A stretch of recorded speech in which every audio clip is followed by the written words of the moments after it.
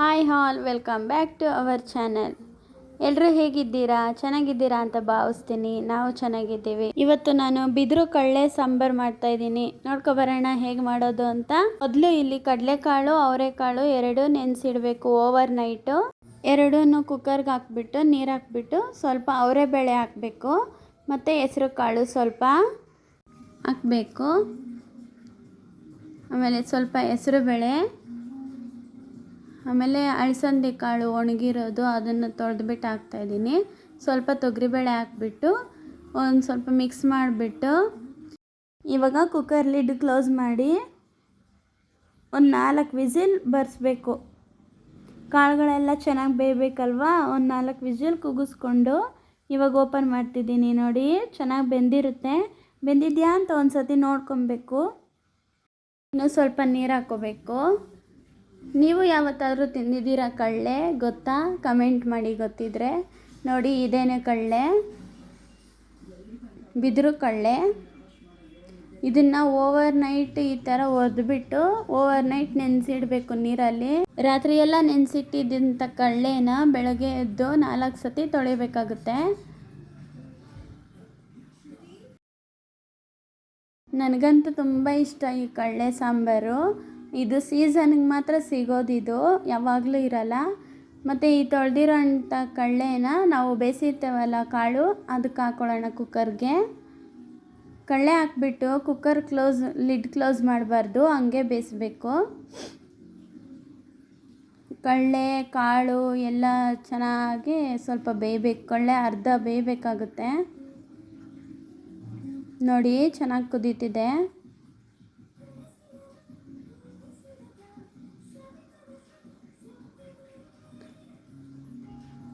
ಒಂದು 10 ನಿಮಿಷ ಬೇಯಬೇಕದು ಕಳ್ಳೆ. ಸ್ವಲ್ಪ ನೋಡಿ, ಈ ಥರ ಕುದೀತಾ ಇರುತ್ತೆ. ಈ ಟೈಮಲ್ಲಿ ತರಕಾರಿ ಹಾಕ್ಕೋಬೇಕು. ಬೀನ್ಸ್ ಹಾಕ್ತಾಯಿದ್ದೀನಿ ಇಲ್ಲಿ, ಆಲೂಗಡ್ಡೆ.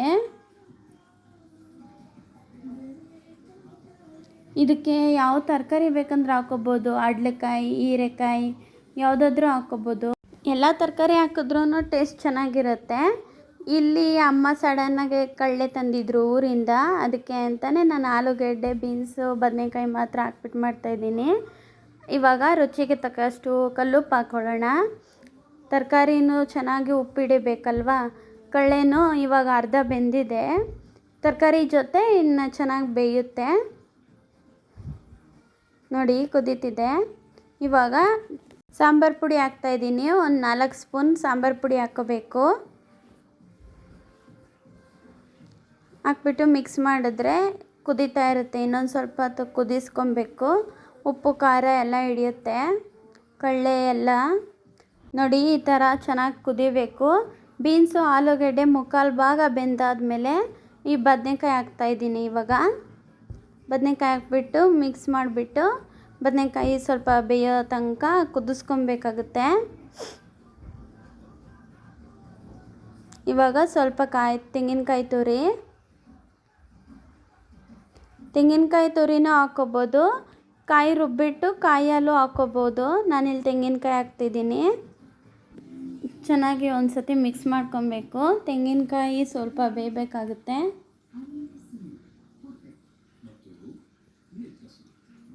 ಇವಾಗ ಕುದೀತಿದೆ ನೋಡಿ. ಇವಾಗ ನುಗ್ಗೆ ಸೊಪ್ಪು ಹಾಕ್ಕೊಳ್ಳೋಣ. ಇದಕ್ಕೆ ನುಗ್ಗೆ ಸೊಪ್ಪು ಅಂತ ಅಲ್ಲ, ಇದಕ್ಕೆ ಚಿಲ್ಕಿರುವೆ ಸೊಪ್ಪು ಹಾಕ್ಕೋಬೋದು, ಅಣ್ಣೆ ಸೊಪ್ಪು ಹಾಕ್ಕೊಬೋದು, ಯಾವುದಾದ್ರೂ ಹಾಕ್ಕೊಬೋದು.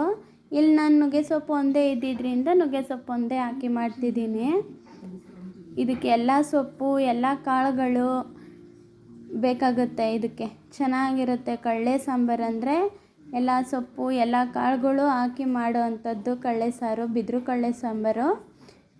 ನೋಡಿ, ಇವಾಗ ಸೊಪ್ಪು ಹಾಕಿದ್ಮೇಲೆ ಸ್ವಲ್ಪ ಬೇಯಿಸ್ಕೊಂಡು ಇವಾಗ ಹಾಲು ಕಾಯಿಸಿದ್ದೀನಿ, ಅದನ್ನು ಹಾಕ್ತಿದ್ದೀನಿ. ಹಾಕ್ಬಿಟ್ಟು ಮಿಕ್ಸ್ ಮಾಡಿದ್ರೆ ಅಷ್ಟೇ, ಮುಗೀತು. ಇವಾಗ ಒಂದು ಒಗ್ಗರಣೆ ಕೊಟ್ಕೊಳ್ಳೋಣ ಬನ್ನಿ. ಸೈಡ್ಗೆ ತಿಕ್ಬಿಟ್ಟು ಒಗ್ಗರಣೆಗೆ ಒಂದು ಚಿಕ್ಕ ಬಾಣಲಿ ಇಟ್ಬಿಟ್ಟು ಸ್ವಲ್ಪ ಎಣ್ಣೆ, ಸಾಸಿವೆ, ಸ್ವಲ್ಪ ಜಜ್ಜಿಟ್ಕೊಂಡಿರೋ ಅಂಥ ಬೆಳ್ಳುಳ್ಳಿ, ಈರುಳ್ಳಿ, ಕರಿಬೇವಿನ ಸೊಪ್ಪು ಎಲ್ಲ ಹಾಕಿ ಒಗ್ಗರಣೆ ಕೊಡಬೇಕಾಗುತ್ತೆ. ಇವಾಗ